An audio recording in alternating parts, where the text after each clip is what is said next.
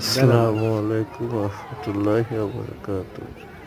বেড়াতে গেছিলাম মহিরা জমিদার বাড়ি, যেটা ছিল টাঙ্গাইল শহরের সদরের বাইরের দিকে অবস্থিত। জায়গাটা ছিল অনেক মনোরম পরিবেশে সুন্দর জায়গা।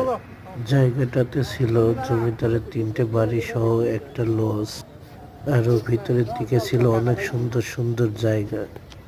চারপাশে ফুলের বাগান সহ জমিদার বাড়িটি ছিল অনেক সুন্দর। জমিদার বাড়িটির কারুকার্য ছিল এত সুন্দর যা বলার মতোই না। সামনে বিশাল বড় পুকুর সহ ভিতরে বিশাল বড় জায়গা এবং বিভিন্ন ছেলের বাচ্চাদের পার্ক সহ দেখার মতো অনেক জায়গা রয়েছে। জমিদার বাড়ির পাশেই ছিল সাথেই ছিল একটা জাদুঘর। জাদুঘরে অনেক পুরাতন জিনিসপত্র ছিল। সবাই আমার ছোট্ট ইউটিউব পেজটা সাবস্ক্রাইব করে পাশে থাকবেন ইনশাল্লাহ। এইরকম ছোট ছোট ভিডিও দেখতে চাইলে কমেন্ট করে জানাবেন।